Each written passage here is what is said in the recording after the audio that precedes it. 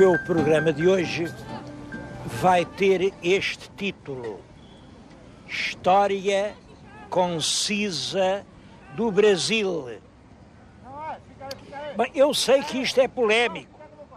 Há muita gente que diz, não, já havia Brasil há muito tempo. Claro que havia Brasil. Eu não estou a dizer que lhes vá falar propriamente do Brasil. Vou-lhes falar da história do Brasil, que é outra coisa.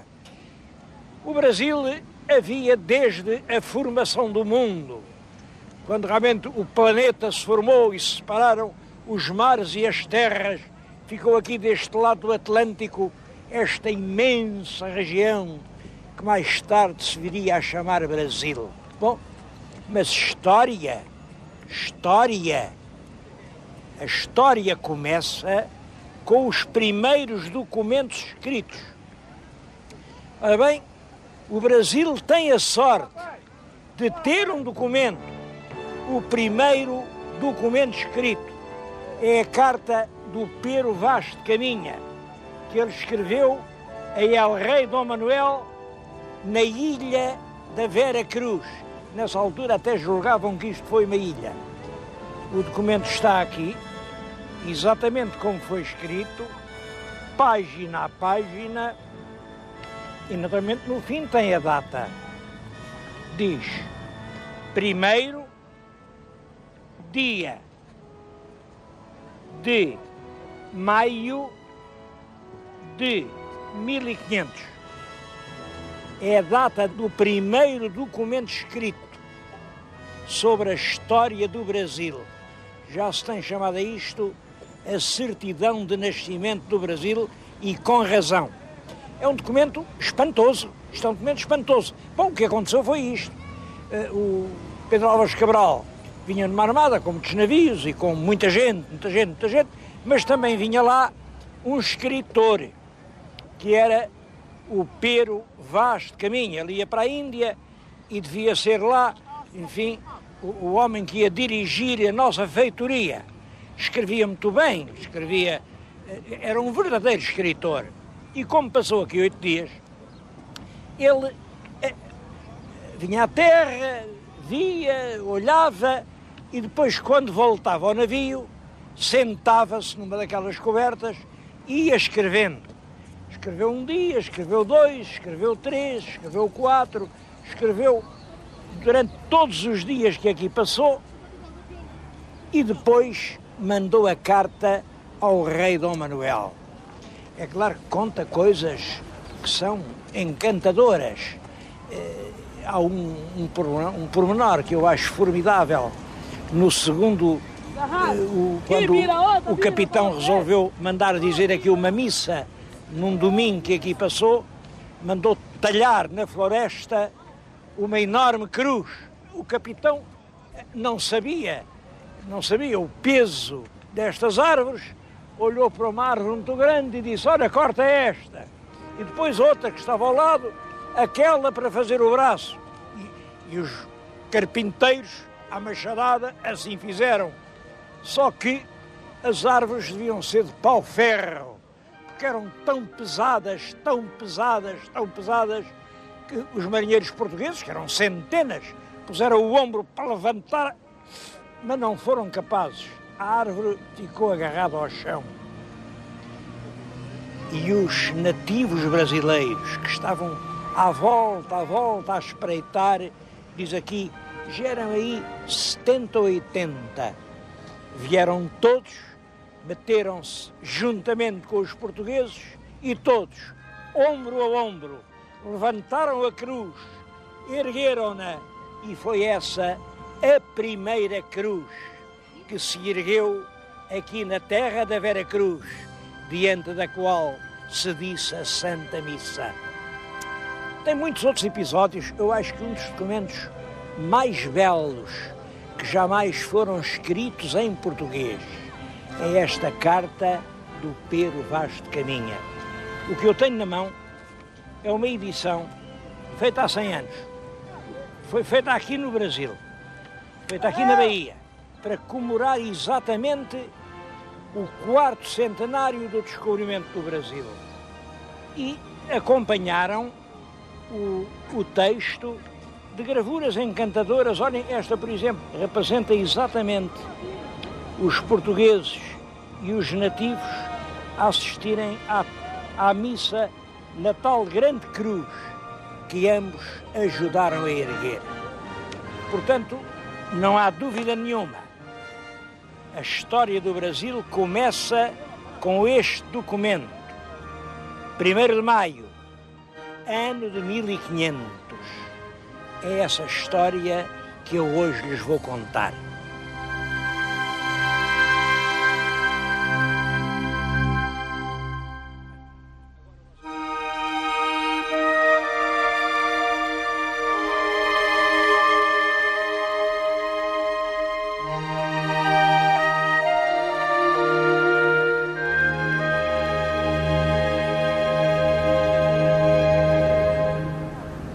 O que é extraordinário é que Pero Vaz de Caminha parece ter tido uma espécie de intuição da espantosa riqueza do Brasil.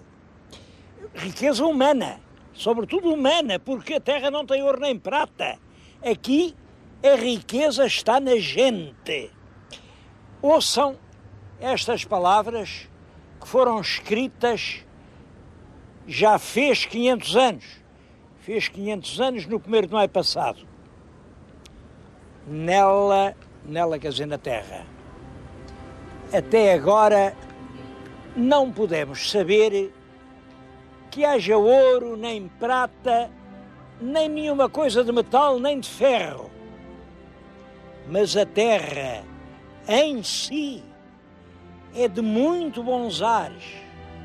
As águas são muitas, infindas, e em tal maneira é graciosa que, querendo a Vossa Alteza aproveitar, dar-se-á nela tudo, tudo. Mas o melhor fruto que se pode fazer será a salvação desta gente. E esta deve ser a principal semente que Vossa Alteza em ela deve lançar. A semente da gente. Reparem como isto, passados 500 anos, nos parece profético. O Brasil é hoje uma das mais ricas nações do Hemisfério Sul. Uma nação a progredir trimestre a trimestre, uma nação com um futuro espantoso, mas por detrás de tudo isso está o talento, está o trabalho do povo brasileiro.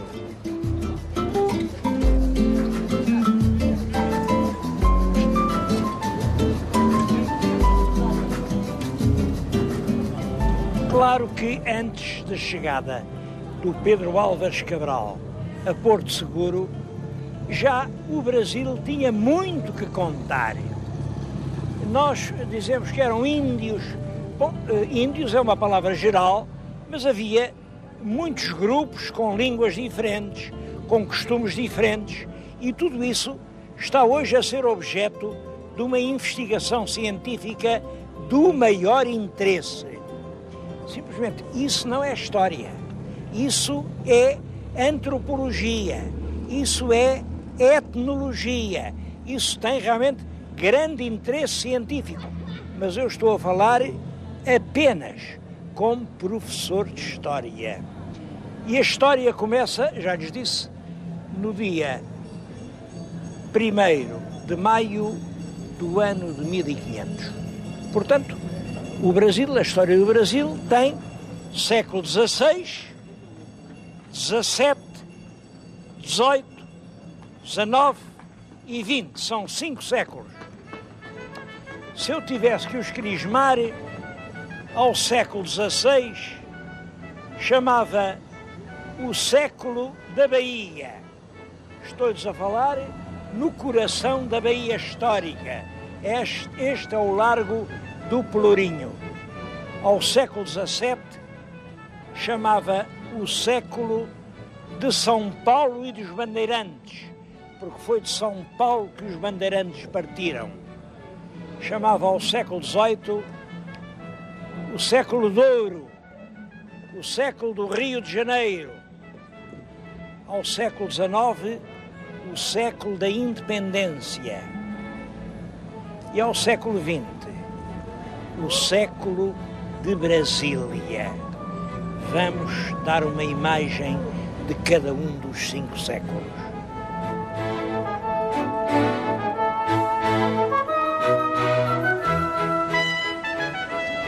O século XVI é realmente o século da instalação. Os portugueses chegam, fazem as suas moradias, coisas provisórias. É claro que é muito difícil sobreviver assim, sozinho, de maneira que o rei de Portugal resolveu, isto foi em 1532, resolveu dividir todo o Brasil, assim em lascas. Eram 15 porções. Cada porção chamava-se uma capitania. E em cada capitania pôs um fidalgo. Fidalgo com a sua família, com os seus criados, mas imaginem o que era uma família num território que muitas vezes era maior que Portugal. Como é que eles podiam aguentar a pressão? Bom, é claro que mesmo assim, alguns conseguiram. Alguns tiveram êxito. Há até casos muito curiosos. Geralmente, os que se entenderam com as populações nativas tiveram êxito.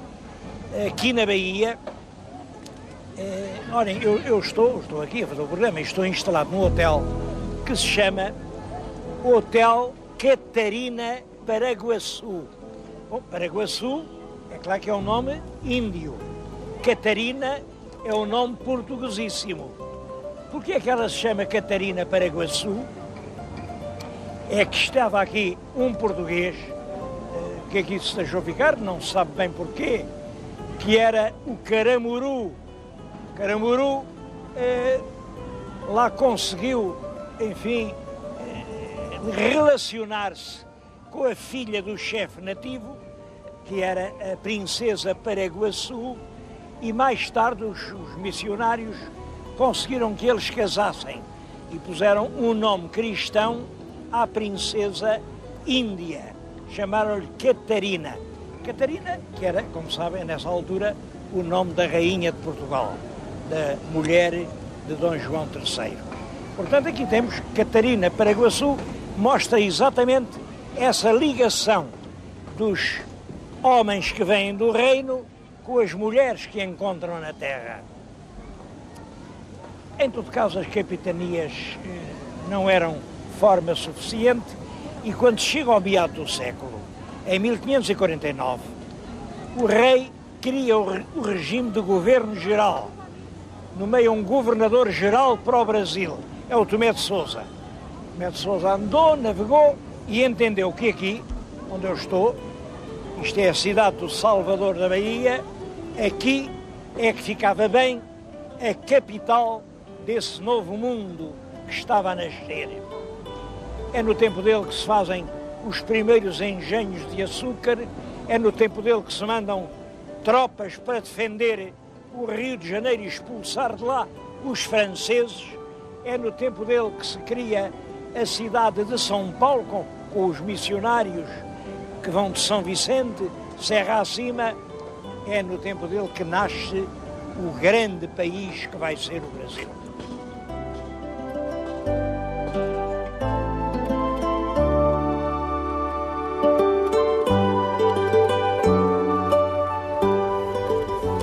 O século XVII foi decisivo para o destino do Brasil. Esta terra, que até há pouco ninguém sabia onde era, é agora uma região rica. É o principal produtor de açúcar do mundo. E quando se é rico, todos nos querem. A terra começou a ser invadida. E quando chega a restauração portuguesa, uma grande parte do norte do Brasil, olhem, por exemplo, aqui a Bahia, estava nas mãos dos holandeses. Eu venho evocar esses momentos dramáticos diante de um lugar muito simbólico. os passos do Conselho da Bahia foram construídos em 1660. Naquela pedra que lá está, diz que reinava el rei Dom Afonso VI. É o tempo do padre António Vieira. Os holandeses eram ricos, eram poderosos, e os portugueses eram poucos e pobres. Mas os brasileiros também tinham uma palavra a dizer. E as forças dos nativos do Brasil e as forças dos negros que já então aqui existiam tomaram todas lugar na luta ao lado de Portugal. Os holandeses foram expulsos, a bandeira portuguesa voltou a reinar em toda a terra do Brasil. O Brasil escolheu ser português. É também no século XVII que se difundem imensamente os engenhos do açúcar e são precisos trabalhadores. Mas que trabalhadores? Os nativos da terra, os missionários, não os deixam apanhar. Dizem que são almas cristãs, não podem ser escravos. Bom, então o Brasil começa a importar grandes quantidades de trabalhadores africanos. E é desde então que uma parte deste povo do Brasil nos lembra a África. Hoje, a população brasileira é uma população que tem muito da Europa, muito da América, muito de África. Uma população onde toda a gente se dá bem. É uma espécie de prefiguração do mundo global. Tudo isso acontece no século XVII.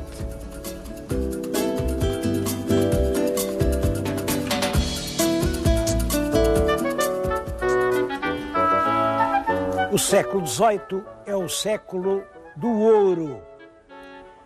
Ali por 1698, os exploradores que andavam no interior acabaram por encontrar magníficas jazidas de ouro de aluvião.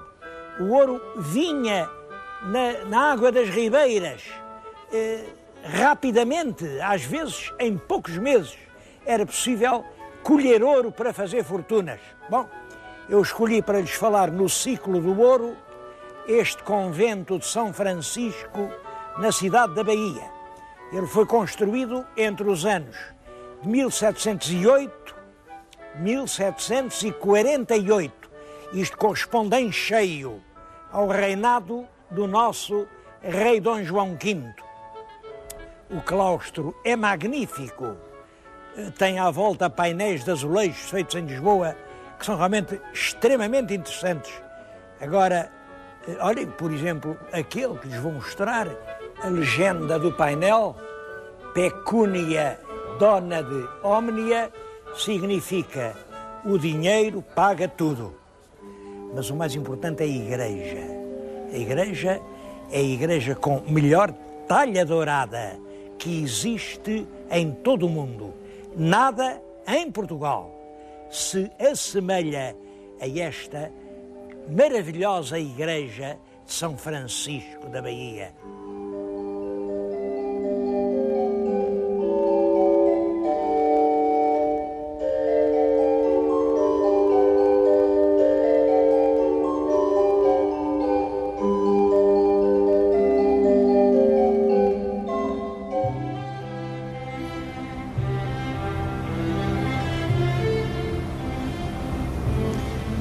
O século XIX é o tempo das grandes mudanças políticas.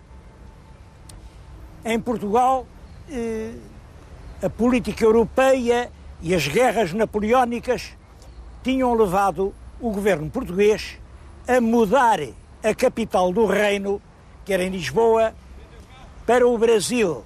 Esteve aqui na Bahia, mas logo a seguir esteve no Rio de Janeiro. Bom, isso foi muito bom para o Brasil, porque houve um grande progresso. Em 1815, o Brasil deixou de ser colónia, passou a existir o Reino Unido de Portugal-Brasil. E era um projeto muito bonito, um projeto com um grande reino, metade do lado de cá do Atlântico, bom, metade, uma grande parte do lado de cá do Atlântico, outra parte do lado de lá, mas é claro, era uma aliança muito difícil, uma aliança entre um país cheio de futuro como o Brasil e um país cheio de passado como Portugal. Enquanto a capital esteve aqui, tudo bem, mas a certa altura há uma revolução em Portugal. Serve, então que história é esta? O rei não está cá, os tribunais não estão cá, o governo não está cá, exigimos o rei de volta, o rei volta a Portugal e aqui não estiveram dispostos, com toda a razão, a voltar a ser colónia. É nessa altura que o filho do rei de Portugal, Dom Pedro I, dá o famoso grito de Ipiranga, independência ou a morte, e começa o Império do Brasil. O Império dura até quase ao fim do século, primeiro com ele, depois com o filho dele, o Imperador Dom Pedro II. Simplesmente, entretanto, o Brasil continua a ter crises, porque acabou o ouro, começou o café. O café também exige muita mão de obra, muitos escravos. Portanto, é claro, os proprietários das roças do café entendem que é preciso a escravatura.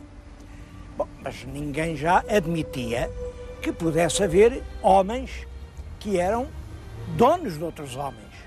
E o Brasil proclama realmente o fim da escravatura. É a Lei Áurea, decretada pela Princesa Isabel. Isso desencadeia uma crise interna, há descontentamentos, há processos políticos, o imperador é forçado a abdicar e vem a República do Brasil. A República, já no fim do século, mas ela vem desencadear um novo ciclo de grande progresso, que se vai acentuar sobretudo a partir de 1930.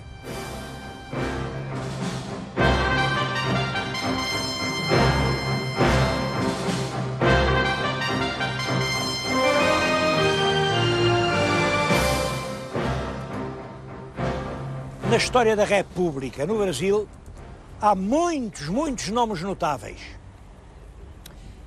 mas há 3 presidentes da República cujos nomes todo brasileiro de hoje sabe de cor. É Getúlio Vargas, o homem que ganhou a Batalha do Progresso e transformou o velho país rural numa grande nação a andar em frente. É o presidente Juscelino Kubitschek de Oliveira, que ganhou a Batalha de Brasília. O vulto dele está na nossa frente e eu quero hoje especialmente recordá-lo. E o último é o de agora.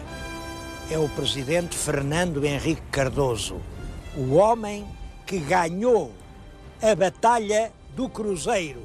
Eu vinha ao Brasil muitas vezes, e a gente nunca sabia quanto o dinheiro valia. A moeda de um ano para o outro valia 10 vezes menos, 50 vezes menos. Bom, eu agora tenho aqui a moeda nova, a moeda que ele fez, a moeda do real, a nota do real. Toda a gente sabe o que é um real. E ter conseguido vencer a Batalha do Real é o mesmo que ter conseguido derrotar a praga da constante e galopante inflação brasileira. Mas eu disse que vinha aqui para falar de Juscelino.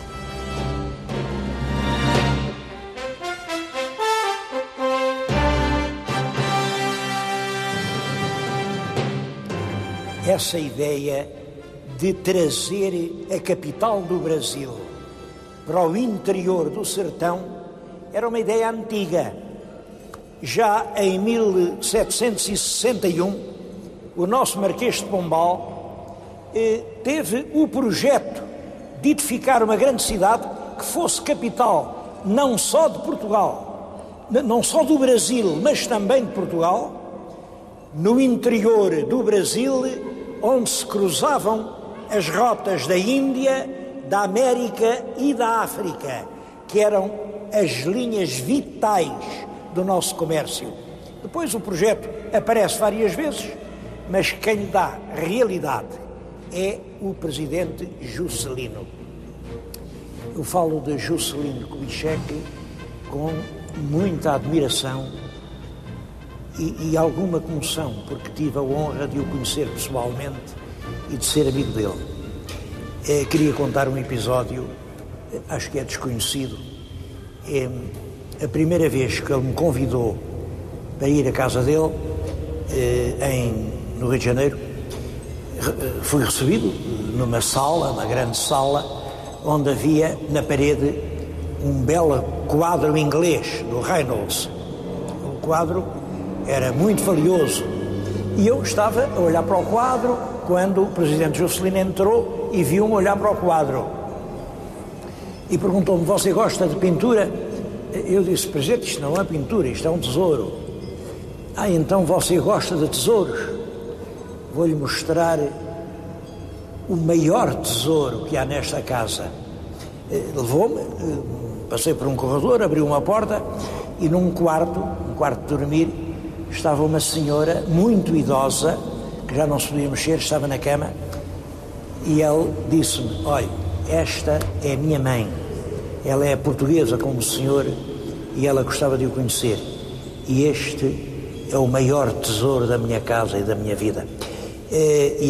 Ela era uma professora primária portuguesa, ficou viúva muito cedo, quando o miúdo tinha 3 ou 4 anos, e foi ela quem fez dele quem foi. Bom, era um político que interpretava fortemente a alma do seu país e teve o projeto de fazer aqui, neste deserto, uma grande cidade. Vou-lhes ler palavras dele, quando se celebrou aqui a primeira missa, exatamente numa data comemorava a missa dita pelos companheiros de Cabral quando chegaram ao Brasil, em 1500. Ele dizia: deste planalto central, desta solidão, que em breve se transformará em cérebro das altas decisões nacionais, eu lanço os olhos mais uma vez sobre o amanhã do meu país e antevejo esta alvorada com fé inquebrantável e uma confiança sem limites no seu grande destino histórico. Ele não se enganou. O Brasil, a partir de então, caminhou rapidamente e é hoje uma das nações mais prósperas, mais progressivas do nosso mundo.